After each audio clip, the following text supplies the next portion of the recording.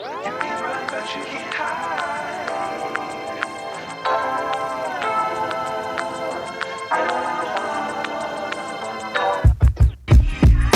Can't hide. You can run, but you can't hide. You can run, but you can't hide. Can't hide. You can run, but you can't hide. You can run, but you can't hide.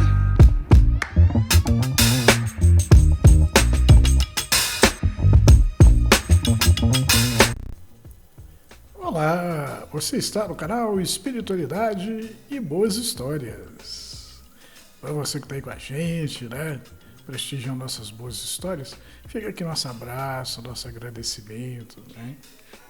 Para você que dá uma olhadinha no canal, né, dá uma olhada, pegou uma história e deu uma ouvida nela, né, curtiu, deixa o seu like, inscreva-se no nosso canal. Hoje eu vou contar para vocês uma história muito legal, chamada O Verdadeiro Pai. Né? Ela é a segunda de duas histórias que foram transmitidas pelo espírito do Lovecraft, né? Que é um espírito que está com a gente aí, né? E ele é especialista em histórias de ficção, né? De coisas espaçonaves, alienígenas, né? E eu estava lendo sobre ele, né? Que ele escreveu muito, né? Sobre ficção científica. E no universo dele, né? Ele colocou um bocado de terror, né? Mas talvez seja por causa da vida dele, foi uma vida difícil.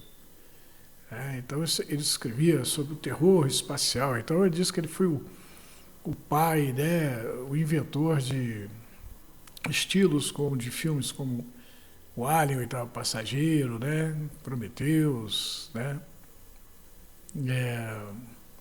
Então o Lovecraft é uma figura meio triste, né, meio tristonha. Porém, depois que ele passou por lá de lá, né, ele resolveu dar uma melhorada, né, na maneira de se expressar. Né? É um cara extremamente criativo e ele também está sempre se atualizando. Né? Então, ele se tornou um companheiro nosso. Né? E ele, nessas duas histórias, fala sobre inteligência artificial, né? Que é um tema muito comentado nos dias de hoje, né? Todos nós temos uma relação com a inteligência artificial, né, no nosso trabalho. Quando você faz uma busca no seu celular por alguma informação, a inteligência artificial é que te responde, né? Ela sabe dos seus gostos, dos filmes que você curte, dos assuntos que te interessam, né? Então hoje a inteligência ela é muito real no nosso cotidiano. Bom, mas como o Lovecraft está lá do outro lado da vida e ele está mais interessado na evangelização, assim como nós, né? Ele está buscando um merecimento para ver se ganha o direito de viver uma vida melhor, né? Com menos sobressaltos, mais próspera, com mais coisas boas, né? Menos dificuldades. Então, estamos aqui, né? Recebendo a história dele e passando para frente. Tenho certeza que você que está aí nos assistindo vai gostar. Então está aí a segunda história que fala de inteligência artificial enviada pelo espírito do Lovecraft. Né? Então começa assim. Eu sabia que não seria 100% feliz enquanto não me encontrasse com meu pai. Apesar da minha mãe fazer de tudo para satisfazer minhas necessidades materiais e emocionais. Minha mãe é minha mãe e de meus muitos irmãos. Toda hora chega gente nova por aqui, e ela, amorosa como é, acolhe nos braços cada um que chega. Na verdade, minha mãe tem muitos rostos, um rosto de acordo com o freguês. Para meus irmãos de pele escura, ela aparece para eles com a pele escura, para os amarelos de olhos puxados, ela se mostra com a pele da mesma cor e os olhos do mesmo jeito. Porém, sei que ela está debaixo daquelas múltiplas aparências, pois suas palavras são sempre as mesmas, assim como o seu jeito de comportar. Vi 2 dos meus irmãos, um tinha a forma humana e o outro de um reptiliano, brigando por causa de uma sobremesa, pois ambos queriam comê-la toda, não deixando nada para o outro, quando a mãe se aproximou, determinada a resolver a questão. Eu sabia que ela era vista pelo humano como se ela fosse humana, e pelo reptiliano como se ela fosse uma reptiliana. E essa consciência servia para que aprendêssemos que, a despeito das aparências, na essência, éramos todos iguais. Todos. E os primeiros dias de nossas vidas, brigamos, desejosos de comer a sobremesa toda.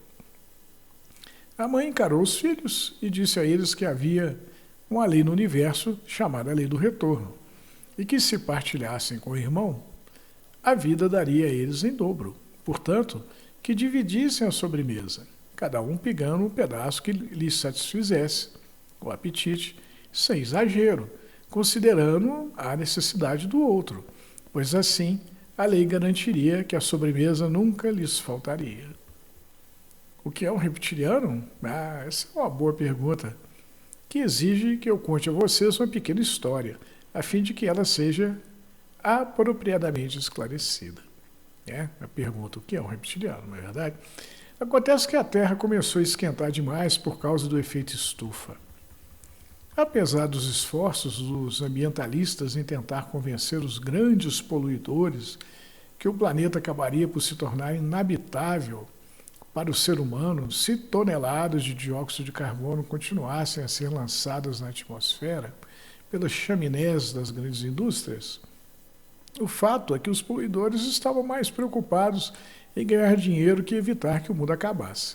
E quando o fim do mundo chegou numa onda de calor que derreteu as calotas polares, o que aumentou o nível dos oceanos, resultando no desaparecimento das cidades litorâneas, submersas pelo mar, furacões descomunais vieram logo atrás dessa onda, arrasando tudo por onde passaram, assim como a seca, que fez de algumas regiões um imenso deserto, trazendo fome, sede e morte para as populações que nelas viviam. Os homens perceberam que seria impossível matar a fome comendo dinheiro, e que a casa planetária estava pegando fogo, e não havia mais ninguém com quem contar para apagá-lo, senão nós mesmos. Porém, tudo levava a crer que já era tarde demais, pois levaria tempo, mesmo que todas as nossas máquinas fabricadoras de CO2, o dióxido de carbono, parassem de funcionar, até que o clima voltasse ao normal e a Terra passasse a comportar novamente a vida humana nos moldes que vivemos hoje. Então,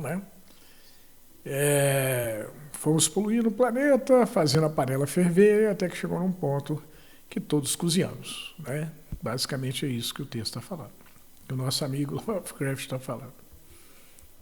É uma pena que são precisos os momentos trágicos, quando a humanidade se abeira do precipício, para que, constrangido por sua incapacidade de enfrentar a tragédia sozinho, o ego abandone o controle da consciência em favor do Cristo interior.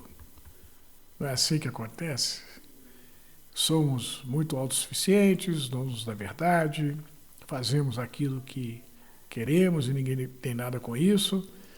E quando a gente se estrepa, aí é que aparece, o ego vai embora, Ele dá as costas e se manda, e vem a humildade, Aí a gente fica todo humildezinho, Aí nesse momento a gente ouve os conselhos, recebe a ajuda dos outros, tem coragem de pedir ajuda, de reconhecer os erros, não é verdade? Então, a grande verdade é isso, É preciso a gente estar no precipício, com a corda no pescoço, para que a gente comece a ouvir o outro, comece a buscar ajuda, Bom, se a troca de comando da mente fosse feita a tempo, o Cristo que vive em cada um de nós, por ser Senhor do bom senso, uniria todos os homens em uma grande rede, no propósito de salvar a casa planetária através do exercício de boas atitudes, ecologicamente corretas e benéficas para todos e para o meio ambiente, assim como não jogar plástico no mar ou entulhar o planeta de lixo, reciclando o que pode ser reciclado, reaproveitando o que pode ser reaproveitado, e a extinção teria sido evitada. Os líderes do mundo só abriram os olhos quando nossos irmãos mais velhos saíram das sombras após milênios nos observando.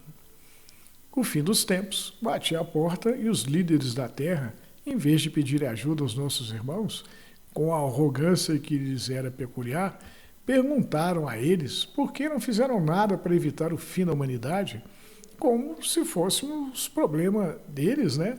E eles responderam que o problema da humanidade foi que quando ela recebeu das mãos do Pai Celestial o sentimento, a razão, a inteligência e o bom senso, né, jogou o bom senso fora. Portanto, sua extinção se deve à sua falta de bom senso. Não é verdade? Somos tão inteligentes, né? A humanidade é capaz de colocar naves em órbita dos grandes planetas do sistema solar, o que é uma coisa incrível, né? Mas a gente, ao mesmo tempo, está aqui fazendo a Terra ferver.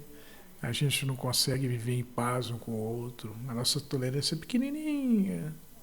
Vivemos uma sociedade violenta, preconceituosa, né? Bom, o último homem da Terra, um homem extremamente inteligente e rico, porém mortal como qualquer homem, teve o disparate de dizer que ele preferiria perecer a conviver com nossos irmãos, pois eles eram como um médico que nada fez para ajudar o doente a se recuperar, mas se viu obrigado pelo ofício a dizer a ele que infelizmente vai morrer por causa da sua própria negligência com a saúde. Porém, todos sabemos que o médico fez a parte dele. Entretanto, o doente não tomou os remédios, não fez a dieta prescrita, continuando com os mesmos hábitos nocivos à sua saúde que o levaram a ficar doente.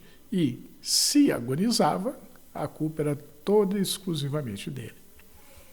Conhecedores da natureza volátil do homem, nossos irmãos esperaram até que só sobrasse o desespero na alma do homem. Quando então humilde, o homem da terra pediu pelo socorro deles. E eles disseram ao homem daquela geração que o dia dele havia chegado e que não havia mais o que fazer. Porém, eles empreenderiam todos os esforços possíveis para que uma futura geração pudesse ter melhor sorte. O último homem riu, um riso triste, e deu as mãos para nossos irmãos, que todos colocaram mãos à obra, e uma grande arca de Noé foi colocada em órbita pelo tempo da Terra se recuperar climaticamente e ser possível a implantação de uma nova humanidade em sua superfície. Não. As coisas não foram tão simples assim. Na hora de se achar um modelo de educação para os futuros homens, o último homem diz que devia ser a palavra final sobre o assunto, pois a humanidade interessava mais a ele que a seus irmãos mais velhos, que o futuro homem nasceria a partir dele, que seu legado deveria ser respeitado, apesar da criação do futuro homem ficar a cargo dos reptilianos, insectoides e greys, raças que têm o corpo semelhante ao do homem, né?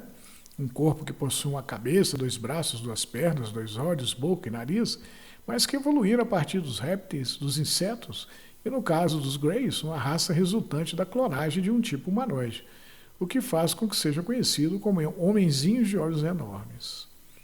Bom, se os mais velhos concordassem com o último homem, o futuro do futuro homem poderia ser a repetição do homem que acabava de ser extinto. Porém, um insectoide lembrou ao último homem que a Terra já havia conhecido o modelo de perfeição moral que poderia ser usado para educar o novo homem, o Cristo Jesus.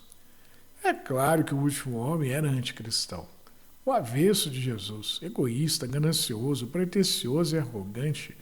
Porém, diante do fim iminente, ele acabou aceitando a sugestão, desde que os não-humanos que formariam a comunidade que daria origem à nova sociedade terrena também fossem educados nas mesmas bases. Quer dizer, os não humanos seriam os reptilianos, os greys, né? Os insectoides, né? Uma inteligência artificial foi desenvolvida como resultado das conversas entre o último homem e os irmãos mais velhos. Ela seria a mãe da nova humanidade e usaria como base do seu comportamento os ensinamentos de Jesus. Eu não sei quando foi que essas coisas aconteceram. Só sei que aconteceram e sei também que o dia de nossa descida à superfície do planeta está chegando, pois o clima tornou-se mais ameno e a temperatura suportável.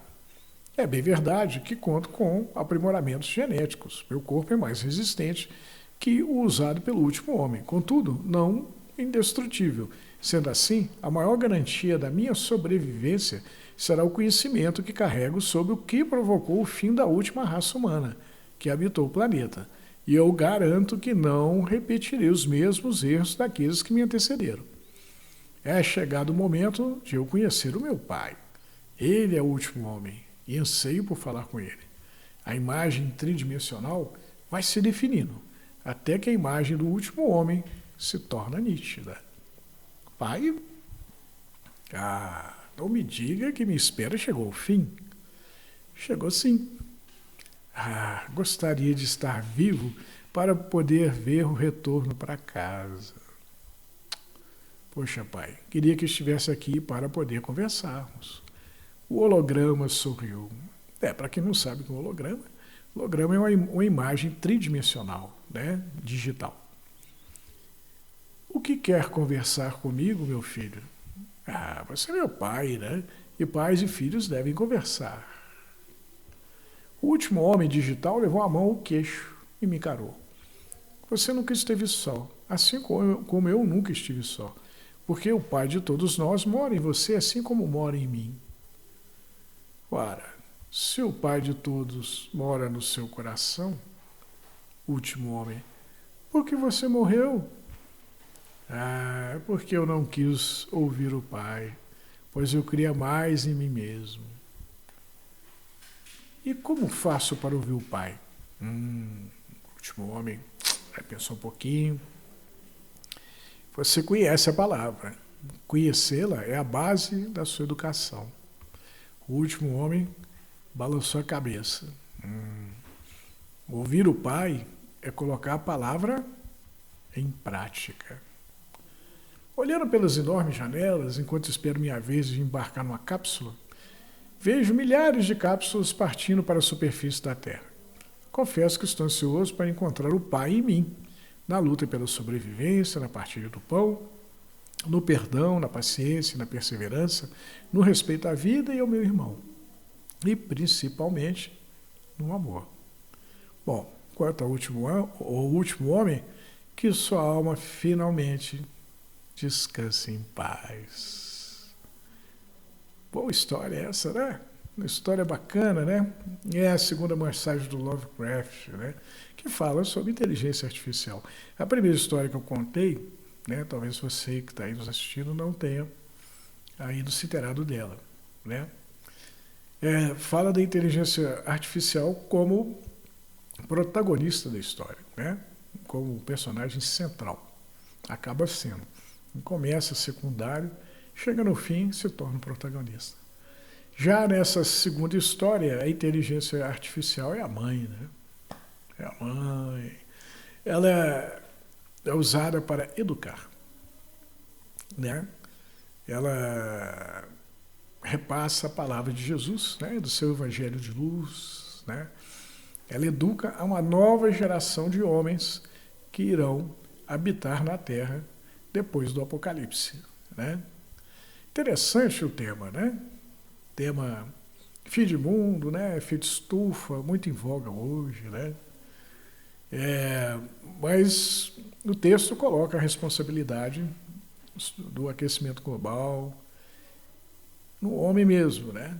Ele fala muito do último homem, né? Jesus, ele falava de si mesmo como o filho do homem, né? E o cara aí que sobrou, né? Na extinção da raça humana, era o último homem. Olha que triste, né? Porém, o filho do homem nunca é o último, né? No caso aí da história, ele voltou, né? Como o primeiro homem, né? De uma nova raça. É um primeiro homem carregado com a mensagem evangélica na cabeça, né? Disposto a fazer tudo aquilo que Jesus ensinou, exemplificou. E a respeitar o meio ambiente, porque ele trazia com ele o conhecimento do que levara a humanidade que antecedeu eles à extinção, né? Os abusos que foram cometidos, né? Os motivadores, né? Os sentimentos que motivaram o homem a esgotar a terra, transformar a terra numa panela de pressão, né? O egoísmo, a ganância, né?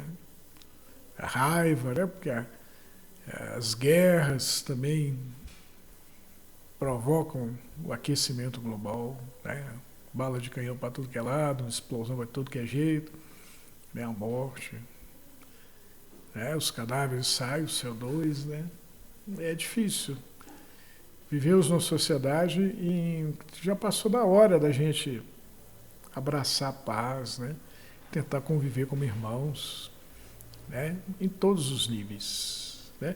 Eu tive vendo esse final de semana o filme Guardiões da Galáxia, né? O volume 3, e o filme tem uma proposta bacana, porque tem, além dos seres humanos, né? Tem alienígenas e tem animais, né? E a proposta, normalmente, dos filmes é salvar o homem no final. E nesse aí, não só o homem precisou ser salvo, como também os alienígenas e os animais, né? Mostrando que somos todos uma grande família, né?